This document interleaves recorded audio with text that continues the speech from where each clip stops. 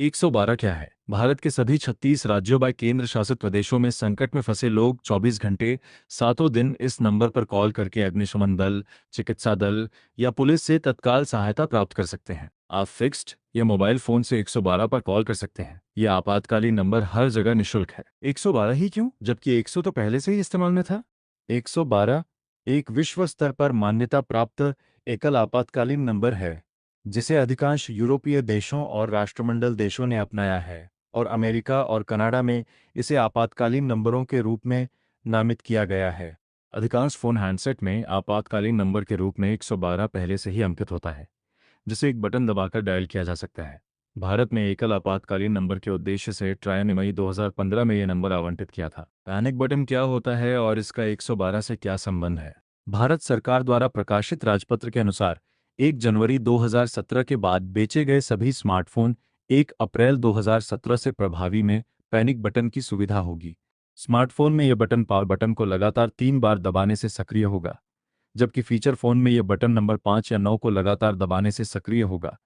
इस panic button को दबाने से आपातकालीन नंबर 112 स्वतः डायल हो जाएगा।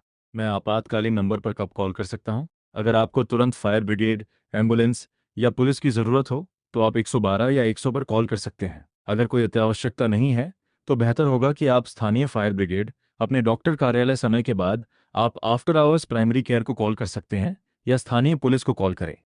आत्महत्या रोकने वाली हेल्पलाइन या जहर के मामलों के उपचार केंद्र जैसी विशिष्ट समस्याओं के लिए अन्य आपातकालीन नंबर भी उपलब्ध हैं।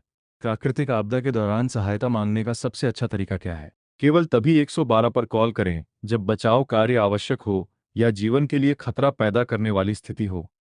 जब आप 112 पर कॉल करें तो धैर्यपूर्वक उत्तर की प्रतीक्षा करें। रिसीवर को नीचे ना रखें, क्योंकि ऐसा करने से आप फिर से प्रतीक्षा सूची में सबसे नीचे आ जाएंगे। मेरे मोबाइल फ़ोन की स्क्रीन पर नेटवर्क अनुपलब्ध, केवल आपातकालीन नंबर संदेश दिखाई देने का क्या अर्थ है? जब यह संदेश दिखाई देता है तो इसका मतलब है कि कुछ परिस्थितियों के कारण मोबाइल फ़ोन नेटवर्क में रुकावट आ गई है और फिलहाल केवल आपातकालीन कॉल ही संभव है।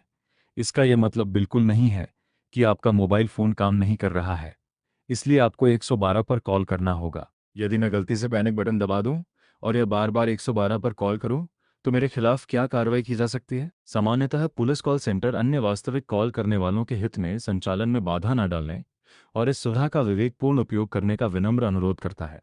यदि गलती से या लापरवाही से पुलिस नियंत्रण कक्ष में बड़ी संख्या में कॉल की जाती हैं तो इसे उपद्रव माना जा सकता है और कॉल करने वाले के खिलाफ उचित कानूनी कार्रवाई शुरू की जा सकती है।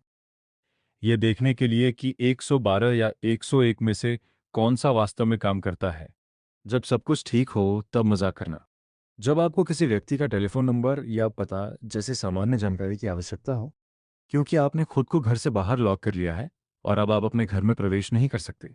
पिज़्ज़ा या कैब ऑर्डर करने के लिए अगर आप बिना किसी वैध कारण के आपातकालीन सेवाओं को कॉल करते हैं तो आपातकालीन केंद्रों के ऑपरेटर वास्तव में संकट में फंसे लोगों की कॉल नहीं ले पाते हैं। सभी आपातकालीन नंबर मुफ्त होने के कारण अक्सर बाधा डालने का शिकार होते हैं। ऐसे व्यक्ति कानूनी कार्रवाई के दायरे में आ जाते हैं, जिससे आपराधिक मुकदमा भी चलाया जा सकता है। MSSO हेल्पलाइन निःशुल्क परामर्श 904-486-926-1।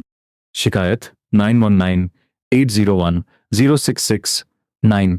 जुड़ने और जानकारी 9219427449। Website www.msso.in। यूट्यूब चैनल को सब्सक्राइब करना न भूले। मानव अधिकार की आवाज़।